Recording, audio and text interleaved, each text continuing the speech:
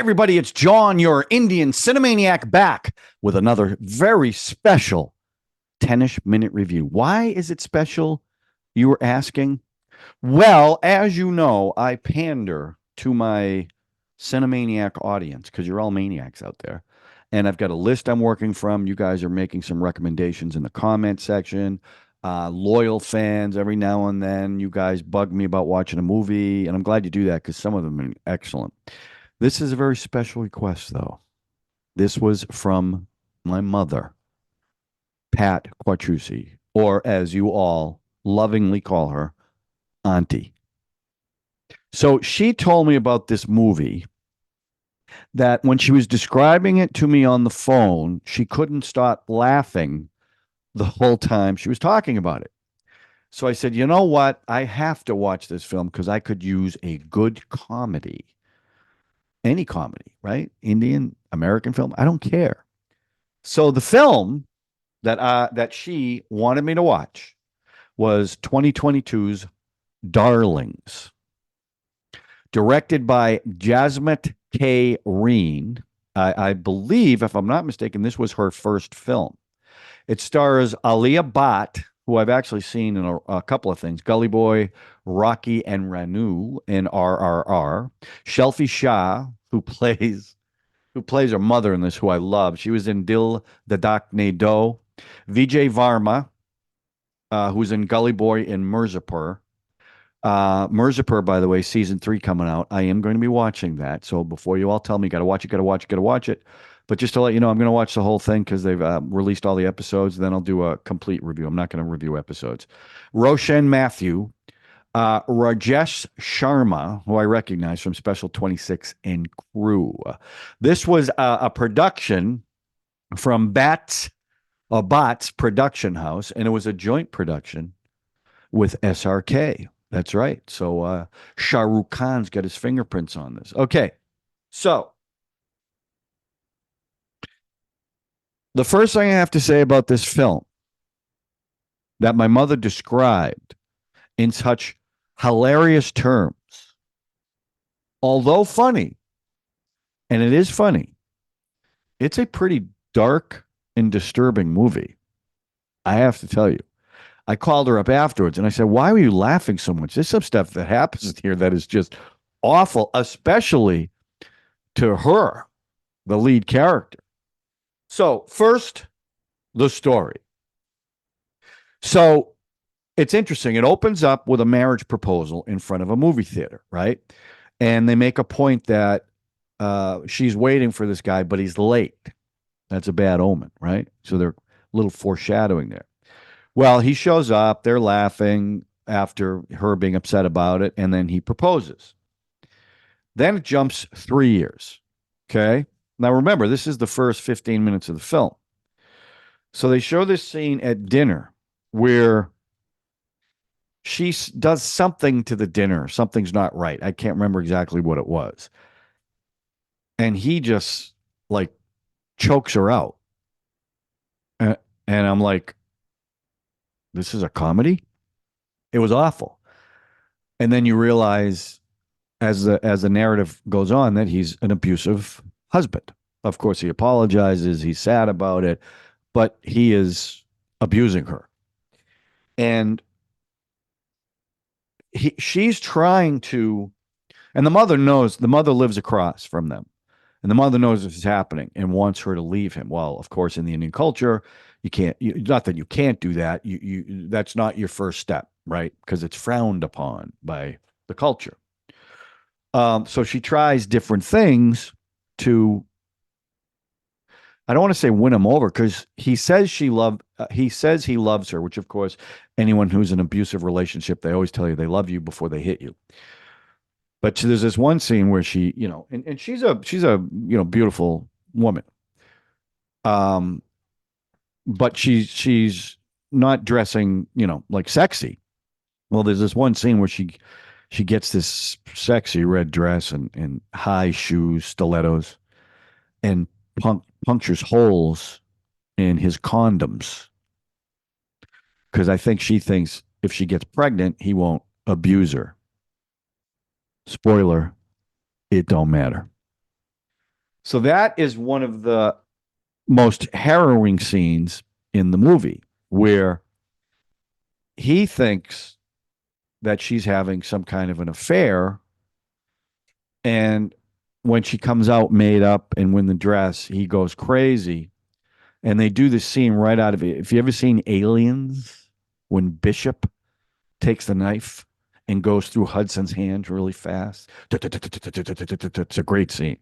Well, they kind of recreate that scene with the stiletto. He takes the stiletto from her and starts doing that to her hand and eventually puts the stiletto through her hand. I mean, it's brutal. It is brutal. And again, I wanted to call my mother. When do the laughs start? And basically, what you find out is there's a story about the frog and the scorpion. Everyone knows the story. The scorpion wants the frog to take it across the water. The frog says, "No, you'll kill me." He goes, "Well, if I kill you, I'll drown." Halfway through, the scorpion stings the frog. "Why did you do that?" "Hey, I'm a scorpion. This is what I do." And that's basically what this guy is. This guy's an abuser and he's never going to change. So at one point, she gets pregnant and he thinks it someone else is the father and throws her down a set of stairs. She loses the baby. And she's in the hospital and she's looking out the window to kill herself. And the way she played it was great. She's resigning the fact she's going to kill herself because she can't live in this abusive relationship. All of a sudden, something happens and her whole look changes. And now you know what's really going to happen: revenge. And they made the lead so nasty that Hamza, that you root for her to do something to this guy. So, so I'm trying to think. Again, I'm giving plot synopsis. You guys hate that, but I can't help it. I was just so not confused. I was waiting for the laughs. Now there were a lot of funny things in this movie. The mother reacting to certain things, she was great. Big bug eyes, like you know. And then there's another side plot where a good friend of hers, everyone thinks he loves her character, but he actually is hot for the mother, which plays out. It's really funny. Um, so they end up because he's about to kill her basically, and he gets hit with a frying pan. They knock him out, and they've got him drugged up, tied up. And there's this whole another side plot where everyone in the area is going to sell their property so they can build these new like condos or something, and he's the only one that held out. Well, now that he's knocked out, they get him to sign it because he's drugged out. And there was a line, it was very funny. The mother says they asked him how they finally got him to sign the paper. And she says, we beat him to agreement, which I thought was funny. And then there's another funny scene, and the actor who played Hamza was good because he was so awful. But there's a scene where his boss is trying to find out where he is because he hasn't been going to work. So he comes to the house. So they drug him up, and he's lying in the bed because his boss thinks he's sick. He's lying in bed and he's talking like he wants to tell the boss what's going on, but he can't communicate. It was really now that was really funny. And the women are trying to, they think they're going to get caught. Um, so it's keeping him drugged up and tied up, and then at one point he escapes.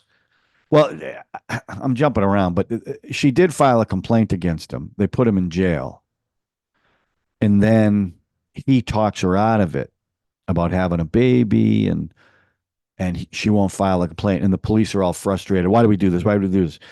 And he ends up smacking the mother in the nose, and then when they get back to the house, he's going to kill her. I mean, it was just awful. Um, so so now towards the end of the film, he pleads with them. Look, I'll go away. I will leave you alone. Just let me go.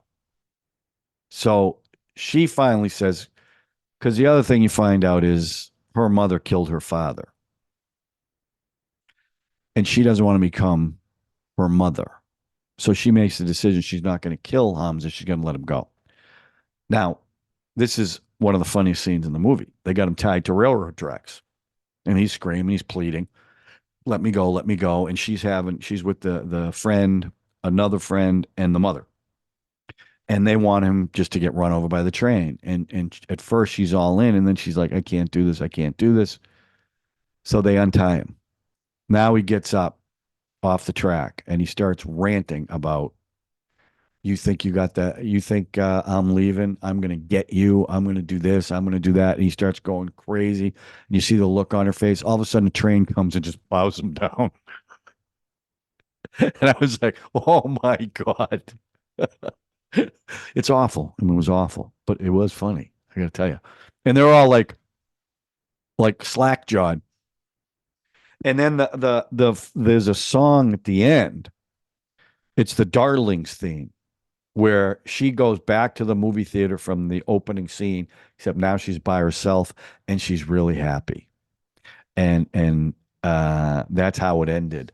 But you know, it's funny. It's funny. It wasn't, there were things in it that were funny. I cannot say that this was a comedy like my mother described it, because when I was done watching, I called her. I go, what were you laughing about? I mean, this woman was getting abused almost the whole movie. And she goes, no, I know, but it's the way the mother and her, the way they were treating him once they got him tied up. And I said, yeah, there were definitely funny things in that.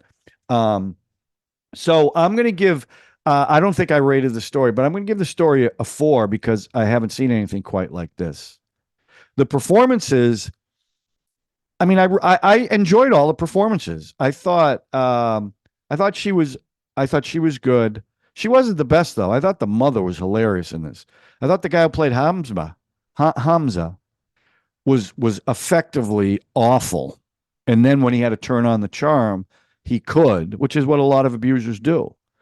And the cops were funny. So I'll give the performances, because overall I thought they were pretty good. I'll give them a 4.